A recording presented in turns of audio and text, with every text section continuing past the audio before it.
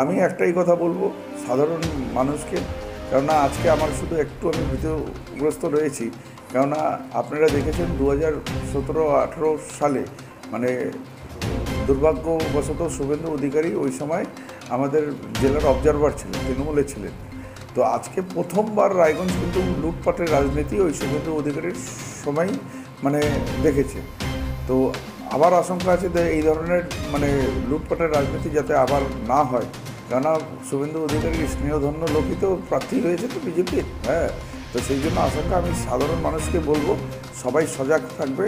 এবার যদি কেউ ভাবে নেন ভোট লুট করতে পারে আসে, তাদেরকে রুখে দেওয়ার জন্য যা প্রতিবাদ করতে হয় সেই প্রতিবাদ করুন। মানুষ যাতে স্বতঃস্ফূর্তভাবে নিজের মতদানটা যাতে দিতে পারে সেই দিকে থাকবেন। প্রশাসনকেও বলবো একটু তৎপরতা দেখাতে, কেননা আপনারা জানেন 2021-এ আমি বিধায়ক হওয়ার পর তারপর 2023-এ পঞ্চায়েত নির্বাচন হলো, 2024-এ লোকসভা নির্বাচন হলো, শান্তি শৃঙ্খলাভাবে হয়েছে, একটা এফআইআর হয়নি, কোনো গণ্ডগোল হয়নি।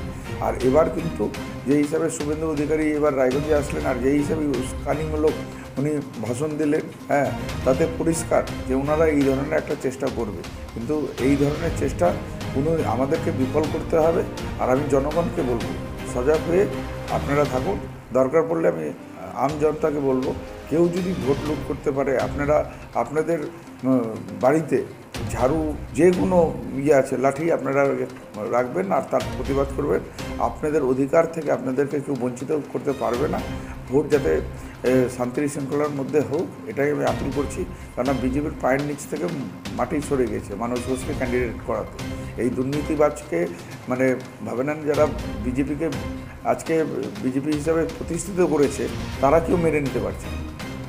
মানে সর্বস্তরে ওনার প্রতিবাদ চলছে, তো উনি ওনার হার নিশ্চিত। সেই জন্য আমি শুনেছি বাইরের থেকে গুন্ডা নিয়ে আসে, হ্যাঁ, উনি কোনো একটা ষড়যন্ত্রের খেলা খেলতে চাইছে। তো সেই জন্য আমি রায়গঞ্জবাসীকে বলছি আপনারা সবাই সতর্ক থাকুন।